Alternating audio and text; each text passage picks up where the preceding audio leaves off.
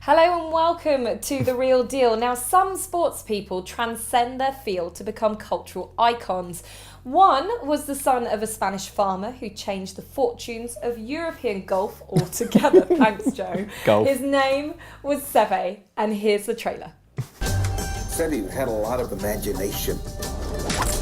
That's fantastic. He was more like an artist, painting on a beautiful canvas.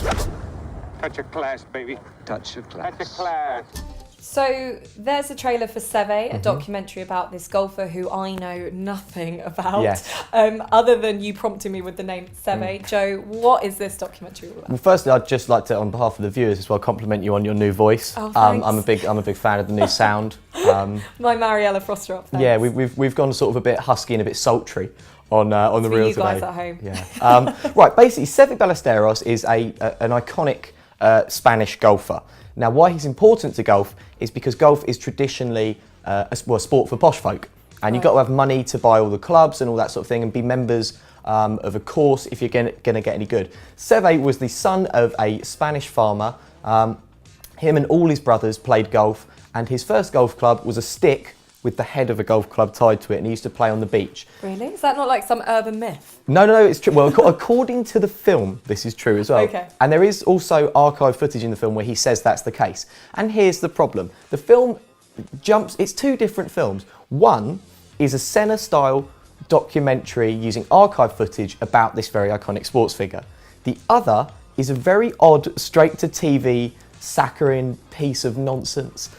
It's basically has Seve as a child playing on the beach, and him and his brothers and their idyllic life, and it's a really weird, straight to DVD, oh isn't he a lovely lad sort of thing, and then juxtaposed with his real life in the archive footage. That's the film I want to see. Okay. I don't know why all those dramatisations are in there. I think that's what Senna did really well. Was obviously we had elements of that, but they were just fillers to tell the story, and there was a really strong narrative that was very emotional. Now you didn't. This isn't all hatred for this. You actually really liked it. I did.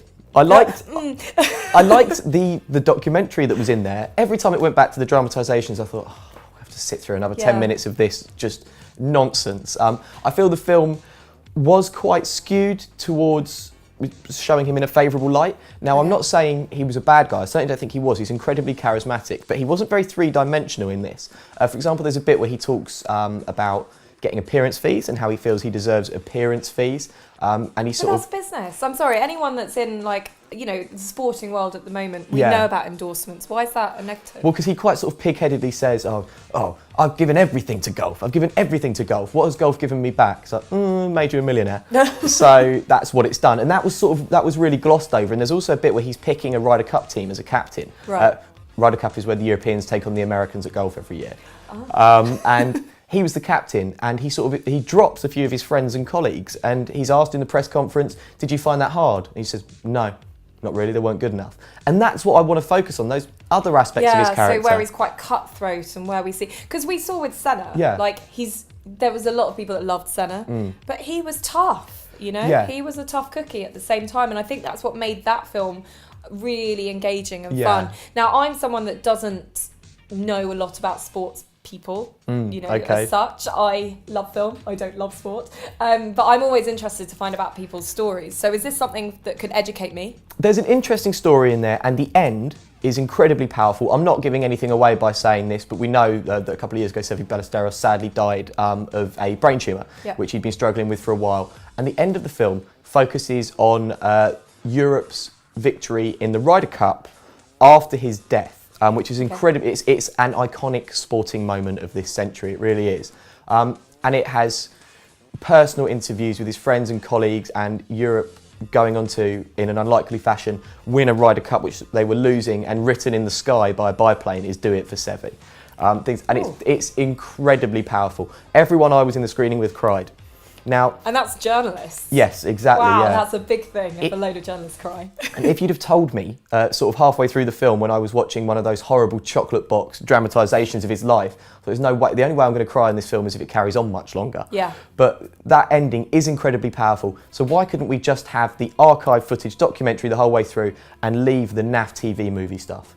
Well, it might be because they're worried that they might be trying to replicate something like Senna that did so well. But anyway, we've had lots of twos and fros and fors and against for this. So give us the real deal on Seve. I've got to say, the real deal is probably a swing and a miss. 2 stars. Certain people in life have this aura around them. Sinatra had it. Elvis Presley had it. And it just oozed from him. Stay still if you don't mind, please. I know you're nervous, but I ain't too. So that was the real deal on the documentary Seve. And if you like a sporting flick, it is out now. And you can also check out our real rundown of the top 5 football films, which is coming very soon. Also, don't forget to subscribe to us on YouTube, follow us on Twitter at The Real Film Show, or you can even check out our shiny new blog at therealdealonfilm.com. See you next time.